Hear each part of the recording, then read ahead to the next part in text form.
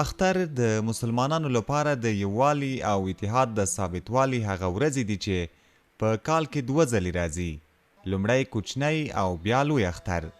د اختر راتلو ته ټول مسلمانان خپل چمتوالی نیسي او په ډېرې خوشحالۍ سره یې لمانځي. دا ورځې په بیلابیلو هیوادونو کې په رنګارنګ دودونو سره لمانځل کیږي. په افغانستان کې هم دواړه اخترونه درې ورځې لمانځل کیږي. کابل ښاریان د کوچني اختر لپاره په تیاری بوخت دي. په دې ورځو کې په ښار کې تر بل هر وخت ګڼه ګوڼه زیاته وي، ځکه ټول غواړي د اختر لپاره نوې جامې، وچې میوې او ځینې نور خوراکي توکي راونیسي. د څو تنو کابل ښاریانو څخه یې اورو چې د سږ کال کوچني اختر تیاری یې څنګه روان دی.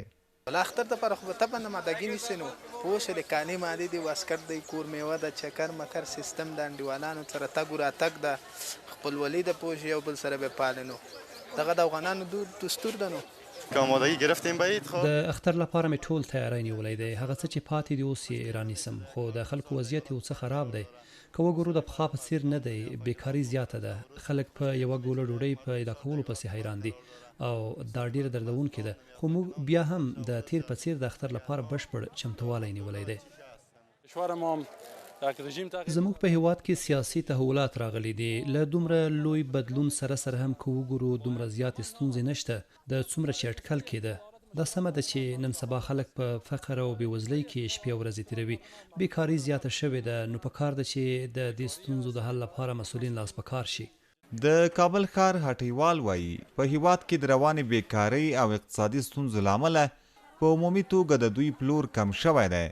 خو زیاتوي چې د اختر په ورځو کې بیا هم که هر ډول اقتصادي حالت وي، په یو نه یو ډول ورته چمتوالی نیول کیږي او هر یو د خپلو کورنیو لپاره اړین توکي رانیسي.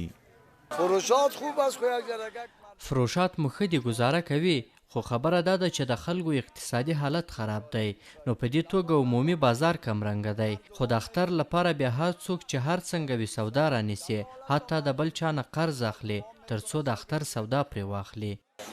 نو د اختر خو داسې د توپیر دغه ده چې په دې اختر کې د خلکو اقتصادي وضعیت خراب ده او نظر نور مخکې اخترو ته په دې اختر کې د بازار کم رنګه ده او خرید و فروش هم ستا، خو په هغه اندازه چې په مخکې و او د خلکو اقتصاد سم اوس نسته.